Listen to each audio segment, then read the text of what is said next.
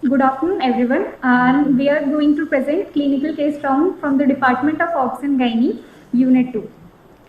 Our patient is a 35-year-old female, a resident of New Delhi and housewife by occupation. She is a second gravida with previous one living issue at 36 plus 5 weeks period of gestation. The patient was a known case of Sheehan syndrome with hypothyroidism and hypocortisolemia with mild fetal growth restriction. She came to us in false labor and was admitted for safe confinement. The patient conceived spontaneously in this pregnancy, and the home urine pregnancy test was done to confirm pregnancy. In the first trimester, she had excessive nausea and vomiting, which was controlled on medication. Otherwise, she was taking folic acid regularly. The patient continued her previous treatment of Bisolone 5 mg and Thyroxine 50 microgram in the first trimester. However, in the second trimester, her dose of thyroxine was increased to 75 microgram.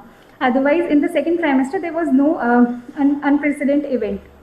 In the third trimester, at 35 weeks of period of gestation, the patient was detected with having fetal growth restriction, for which she was put on fetal monitoring with Doppler and biophysical profile, and a growth scan was advised after 2 weeks according to our protocol. The patient came in false labor at 36 plus 5 weeks and was admitted for safe confinement and monitoring. The patient was having regular menstrual cycles and her LMP was 13th of January 2020. The patient had been married for 8 years and her first pregnancy was in 2014, which was conceived on ovulation induction. She had no antenatal, her antenatal period was uneventful, and she went on spontaneous labor at 38 weeks period of gestation and delivered a 2.5 kg female baby vaginally. Following delivery, she had excessive vaginal bleeding on first and second postpartum day, which was managed medically, and she did not require any blood transfusion or any other intervention. After delivery, however, she had lactation failure, for which the baby was started on formula feed and the patient was discharged in stable condition. But after this, the patient continued to have continuous on and off regular bleeding per vaginum for the next 9 months post-delivery. The patient seeked treatment, and after that, she had no relief from symptomatic treatment. An ultrasound was done which detected no abnormality, hence she was started on progesterone for the next 6 months. After stopping progesterone, her regular menstrual cycles resumed. In August 2016, the patient presented in AIIMS emergency with history of recurrent vomiting, chills and generalized weakness, for which she was given symptomatic treatment and was advised to follow up in the endocrinology department, where she was evaluated for weakness and inability to gain weight. However, the patient followed outside AIIMS and her blood investigations were done. The routine blood investigations were within normal limit, and the hormone profile done outside AIIMS is as shown, in which the LH and FSH were in normal range. However, her serum prolactin level was markedly reduced and her serum TSH was 14.4, for which she was started on tablet thyroxine 50 microgram OD. And a follow-up was done with thyroid profile. Her TSH was reduced well below the normal range, so her thyroxine dose was decreased to 25 microgram. Her appetite improved and there was no nausea and vomiting. However, the patient continued to have generalized weakness and low blood pressure levels, for which she was evaluated at AIIMS. Here, her complete hormone profile was done, which showed that she was having prolactin level well below the normal range, and her cortisol levels were also decreased. So, a diagnosis of Sheehan syndrome was made, and the patient was advised tablet Bisolone 5 mg OD, and thyroxine dose was increased to 50 microgram, and the patient was advised an MRI drain. The patient was following up in endocrinology department as 6 monthly with free T4 levels, and her symptoms were well controlled on the above medications. Now I would like to invite Dr. Zainab to discuss the imaging findings of the patient. Good afternoon. These are the MRI images of this patient, which are dated February 2017. These are the dedicated images for the sella that we have. These are both T2 axial, T2 sagittal images that we have focusing on the sella. So here, as my arrow is showing, this is showing that the pituitary is reduced in height, measuring 4.2 mm, which is quite low for her age. Normally, it should have been around 10 to 12 mm for her age. So we are seeing that there is pituitary hypoplasia. In addition, there is a normal size of the sella which is maintained, suggestive of a partially empty sella that we are seeing here. So again, we can see that the normal height of the sella is maintained. These are the T1 sagittal images where we can see that the posterior pituitary hotspot is maintained normally. The stalk, this is the stalk which is also normal, and this is the optic chiasma which is also normal. These are the corresponding coronal images of T2 and T1. Here we can see that the pituitary, again we can see very well here that the pituitary appears quite flattened. So this is suggestive of partially empty sella. An incidental focus that we noticed here in the right basifrontal lobe was this flare and T2 hypointense small focal lesion that we are seeing. On the corresponding SWI image, we can see that there is complete blooming here. On T1, there is a lamellated appearance that we are seeing in this lesion. So the possibility of this incidentally detected lesion include either a cavernoma or a calcified granuloma. So these are the two things. However, this is not related to the primary findings we are seeing in the sella, which to summarize is partially empty sella secondary to Sheehan syndrome. Thank you.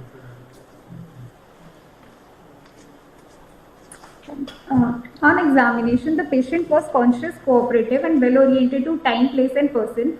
The patient was of average build with a BMI of 20.5 kg per meter square. And otherwise, her general physical examination was within normal limits. In systemic examination, her blood pressure was 126 by 86 millimeter of mercury, and her pulse rate was 88 per minute regular. Her cardiovascular and respiratory system examination was within normal limits. On per-abdominal examination, the uterus was 32 to 34 week size. It was relaxed and the fetus was in cephalic presentation with normal fetal heart sounds of 140. Her antenatal investigations were otherwise unremarkable except for the growth scan which was done at 35 weeks, which showed an abdominal circumference of less than third centile. Hence, the patient was asked to follow with a growth scan. This was the hormone profile of the patient in present pregnancy. The patient was following up in endocrinology on teleconsultation due to the COVID pandemic. Her free T4 levels was done in June, which was below the expected level. Hence, thyroxine dose was increased to 75 microgram in second trimester. We admitted the patient, we did the maternal and fetal monitoring and induced the patient at 37 plus 3 weeks period of gestation in view of fetal growth restriction. During labor, we started the patient on injection hydrocortisone 10 milligram per hour infusion. The patient delivered normally with a normal vaginal delivery after around 7 to 8 hours after induction, and delivered a female baby of 2.2 kg with a normal Apgar score. In the postpartum, we started the patient on injection hydrocortisone 50 milligram BD for 2 days, and then an overlap was done between the injectable and oral medications. She was given injection hydrocortisone 50 milligram OD for the next 2 days along with tablet Vizolone 5 in the morning and 2.5 in the evening for next 3 days. After that, the patient had no postpartum hemorrhage. However, still the patient did not lactate this time also, and the baby was started on formula feeds. And the patient was discharged on postpartum day 5 on tablet Vizolone 5 milligram and tablet thyroxine 75 microgram OD to be followed up in endocrinology. Now I would like to call Dr. Jyoti to discuss about the case. Thank you, Akansha. Good evening. I will be discussing in short about Sheehan syndrome and a review of literature on spontaneous pregnancy in Sheehan syndrome. So as we know, pituitary gland is an important gland, endocrine gland, which secretes hormones through anterior and posterior lobe. These hormones plays a very important role in physiological process like metabolism, growth and development, and reproduction. If there is deficiency of any of one or more pituitary hormone, it leads to hypopituitarism. Sheehan syndrome, it is a rare progressive disorder of postpartum hypopituitarism. It was first described by Harold L. Sheehan in 1937. It is characterized by varying degree of anterior and sometimes posterior pituitary dysfunction. It may present as panhypopituitarism, or there may be selective hormone deficiency. The prevalence is not exactly known, but as compared to the previous decades, the prevalence has decreased because of better obstetric care and better management of postpartum hemorrhage. Incidence vary greatly, with a range of 0 to 30% of cases being reported following PPH. In a study by Zargar et al., to estimate the prevalence of Sheehan syndrome in Kashmir Valley, they found that the prevalence rate was 3.1% of the Paris women of Sheehan syndrome. The etiopathogenesis is not exactly known. However, it is seen that in pregnancy there is increase in the size of the pituitary gland, which makes it vulnerable to any blood flow changes that occurs during pregnancy. So if a massive postpartum hemorrhage occurs or there is severe hypotension, this leads to arrest in the blood flow in the pituitary arteries, which leads to infarction and hypopituitarism. However, not every patient has a history of massive PPH, nor does every PPH leads to Sheehan syndrome. Therefore, there are other contributing factors which can lead to pituitary infarction, like smaller cell size, hypercoagulable disorders like DIC, and genetic factors. Besides this, autoimmune causes are also thought to cause infarction and hypopituitarism with presence of anti-pituitary antibodies. So, extensive necrosis of pituitary gland, it results in a permanent lack or insufficiency of pituitary hormones. So, whenever deficiency occurs, there is hypopituitarism depending on the deficiency of the hormone. If there is deficiency of prolactin, then there will be no lactation postpartum. If there is gonadotropin deficiency, then patient may present with amenorrhea and breast atrophy, or may present with weakness and asthenia and premature aging symptoms like hair loss and wrinkling. So the clinical presentation in a patient with Sheehan can present either in postpartum period with lactation failure or months to years following inciting delivery. The characteristic presentation of Sheehan syndrome are lactation failure, secondary amenorrhea, regression of the secondary sex characters like breast and genital atrophy, hair loss which includes scalp, pubic and axillary hairs. They may present with dry skin and hypopigmentation or signs of premature aging and asthenia and weakness. However, absence of amenorrhea or presence of lactation does not rule out the diagnosis of Sheehan syndrome. The patient may have clinical feature varying according to the presentation. It can be acute or chronic, and degree of insult, whether it is just an anterior pituitary dysfunction or panhypopituitarism. If a patient has an acute presentation, then it results as due to severe postpartum pituitary necrosis. Patient may present in hypotension, shock, may have hypoglycemia or hyponatremia, may present with severe headache, visual disturbance and loss of consciousness, and there can be failure of lactation in postpartum period. However, the chronic presentation, which is the most commonest, occurs due to full deterioration or when the patient is in stress, like there is any trauma, in surgery or infection. So generally patients are in a state of chronic ill health, may present with mental apathy, with signs of premature aging, somnolence, physical weakness, nausea, anorexia and anemia, and may have marked intolerance to cold. More than 50% of the patients present with non-specific symptoms, therefore there is a delay in the diagnosis, and sometimes 10% may be asymptomatic in long term. So the classical criteria for diagnosis of Sheehan syndrome was given by Derry. It includes typical history of severe postpartum hemorrhage, severe hypotension or shock which is requiring blood or fluid replacement, failure of lactation, failure to resume regular cycles after delivery, varying degree of anterior pituitary insufficiency that is partial or complete as evidenced by laboratory findings, and partially or complete empty sella on MRI or CT scan. So because of the chronic presentation, there is often delay, and the delay is variably reported to be as 1 to 33 years. So while diagnosing a case of Sheehan syndrome, it is very important to take a medical history and clinical findings, especially about the last delivery and subsequent lactation, followed by basal hormone levels, which includes a battery of investigations like prolactin, thyroid profile, cortisol, ACTH, gonadotropins, estradiol, and the insulin-like growth factors. So if there is deficiency of these hormones or they are borderline, then the relevant stimulation tests are required to confirm the deficiency, followed by MRI pituitary, which can show empty sella, and a diagnosis of Sheehan can be made. Coming to the investigation, the most common deficiencies of growth hormone and prolactin, which is seen in around 90 to 100% patients. In others, free T4 deficiency, cortisol, FSH and LH can be seen in around 50 to 100%. And later in chronic stage, there can be decreased ACTH also.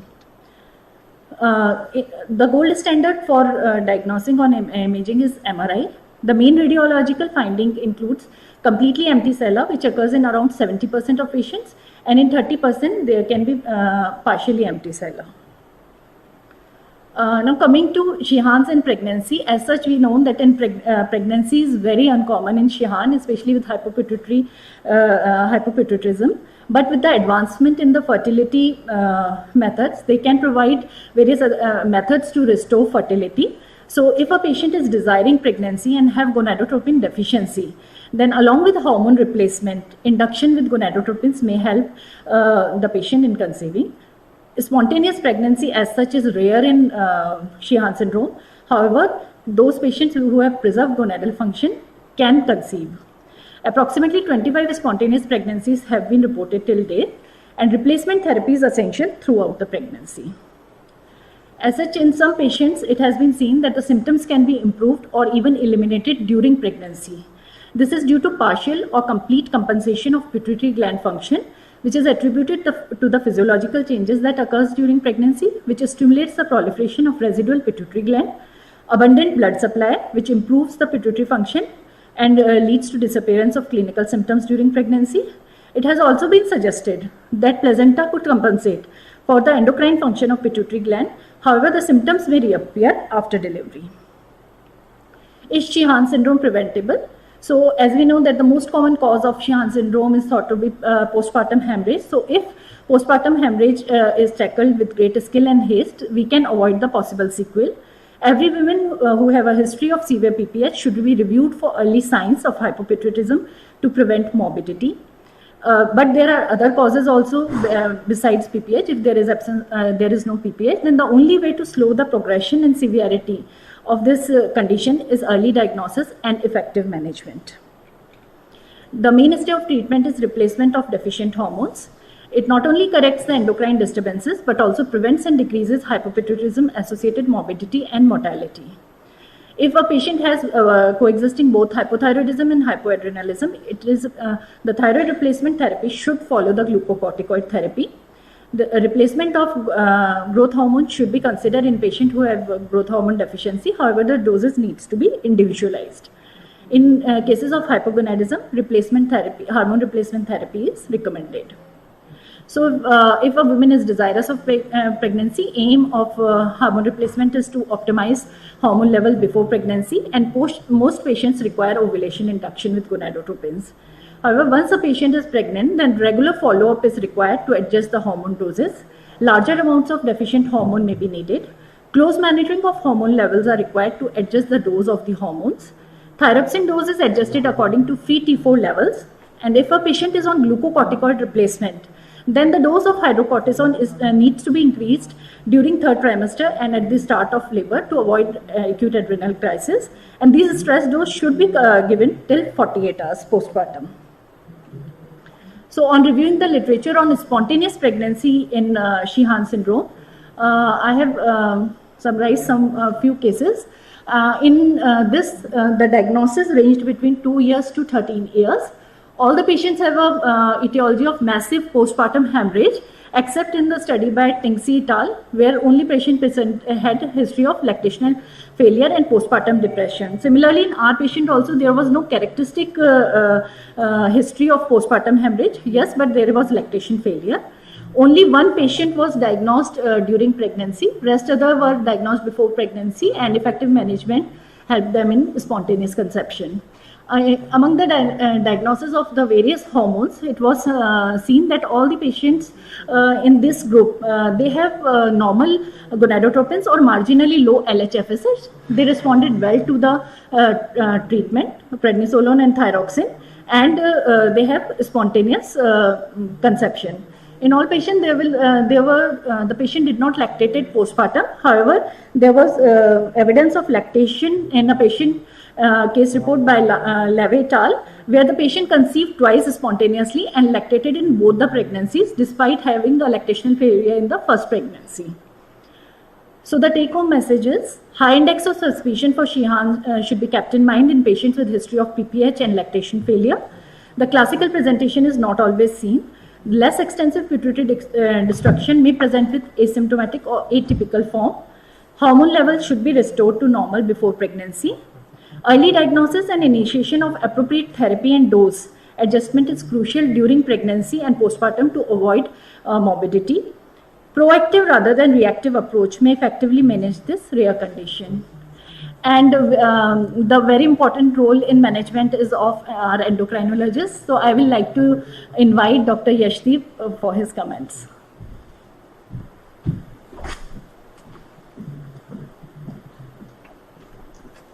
Thanks, Dr. Jyoti. I think this was an interesting case because when patient was normal, she required ovulation induction, and when she was abnormal, she conceived spontaneously. So I will just want to touch some practical pointers which are important from endocrine side. One is that whenever one see a one axis deficient, indicating the central deficiency. For example, in this case, the patient comes to the amenorrhea and you see the hypogonadotropic hypogonadism. So it becomes imperative to evaluate all axes. Because in this case, the outside evaluation was taken, but it was only for hypothyroidism and limited. The cortisol axis was not evaluated, right? And the patient subsequently presented in emergency with the hypotension. So this is one practical point. One axis deficient, all axis has to be evaluated. Second thing, what happened in this case was TSH was 14, right? So in pan-hypopid, you expect a low T4 with a low TSH. So whenever we evaluate a patient of a hypothyroidism, per se any disease, if it is not an emergency, repeat investigation. So whenever you give a negative level, means hypothyroidism, a negative level to a patient, repeat 2 times, be sure. Because now we are in dilemma, TSH is 14, this indicates primary hypothyroidism because in central hypothyroidism, TSH never crosses 10, it's around 6, 7 max. Now with that background TSH not evaluated subsequently, we have only one value, so we are not sure with the primary, with the secondary, but overall picture is consistent with the central hypothyroidism. So this is a second point, negative report, repeat 2 times.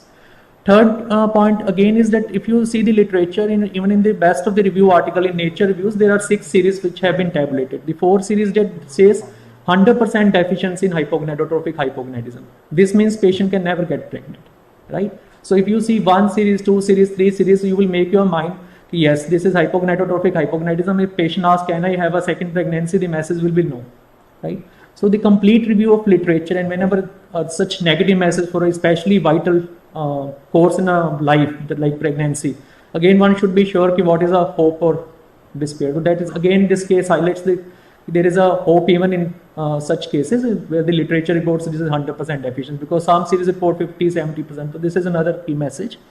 And third is in central hypothyroidism, the adjustment is not on the basis of the TSH, it is on the basis of T4 or free T4. Because again, some adjustment outside happened on the basis of T4, free T4, again resulting in confusion. Patient was having normal T4, TSH was low, that is expected in central hypothyroidism, dose was decreased from 50 to 25, right? So in central, the focus on T4 and free T4 rather than TSH. And from your OPS point of view, the third trimester is vital because most of the hormone, especially steroids, has to be increased by 50%. And whenever you anticipate stress, for example, this labor, by the induction of the labor, that from induction till 12 hours after delivery is taken as a stress period. So that has to be covered adequately from a steroid perspective. That has been done. So this is, I think, key points from endocrine side which I wanted to highlight.